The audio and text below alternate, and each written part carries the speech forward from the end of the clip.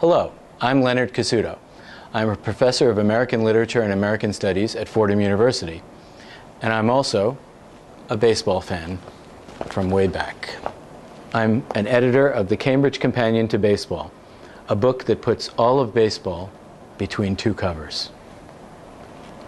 The book is historical, literary, sociological, all at once. It has economics, mass media, globalization, because baseball is intimately involved in all of those things. Baseball is a game with two glorious pasts and one troubled present. By two pasts, I mean, first of all, there is the real past, what actually happened historically through the development of baseball from a game that was played on the sandlots to the enormous business that it is today.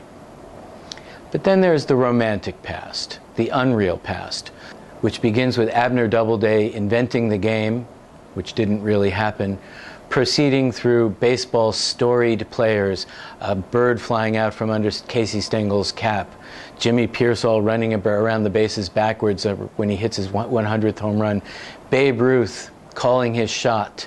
Baseball is built on a series of myths like those. They rest on a certain kind of firm ground, but it's not a complete story of what's going on. For example, baseball is the national pastime. We all know this. But what does it mean to have a national pastime when the nation is at war?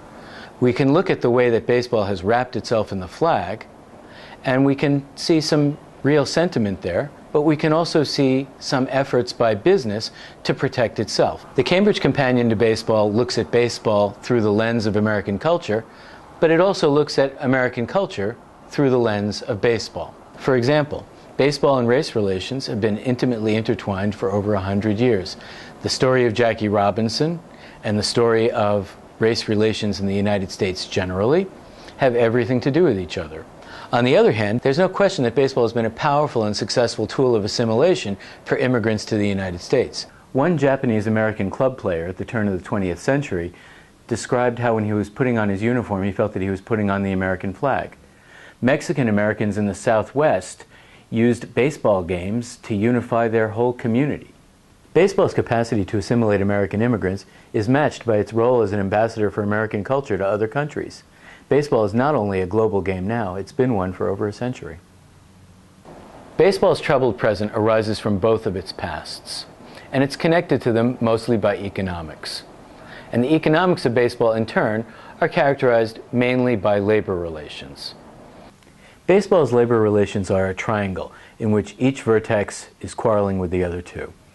At one vertex are the big market teams that have big TV contracts and can spend a lot of money on player salaries. At another vertex are the small market teams that don't have that kind of television revenue and therefore have to field much lower priced lineups. And at the third vertex are the players themselves, the laborers, who want the highest salaries that the market can bear. Baseball players' unionization and their successful quest for free agency is an important story. It created a new marketplace for the players, who had formerly not been allowed to leave their teams, and it also allowed for the appearance of a new breed of free-spending owner, like the bombastic George Steinbrenner of the Yankees. The inability of baseball labor and management to work together has made it harder for the game to address its current unfortunate steroid scandal. They say that journalism is the first draft of history, and that's because journalism is being written while history is happening. Baseball's steroid era is still happening. Whatever we think about it right now is important, but what we think about it right now is not the same as what we're going to be thinking about it in 30 or 40 years. And so when we think about cheating in baseball, we do need to think about it in terms of its relationship to the rules right now and what to do about it right now. But when we look at its larger meaning, we need to look at it in relation to cheating historically in baseball and the role that cheating has.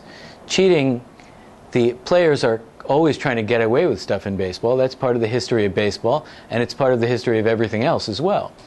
The question is, what are they trying to get away with, and how important is it? The Cambridge Companion to Baseball is, in general terms, a book that tries to separate these strands of baseball, baseball as game and baseball as business, but a resonant, symbolic game and a very big business that started small. and trace their roots. Play ball.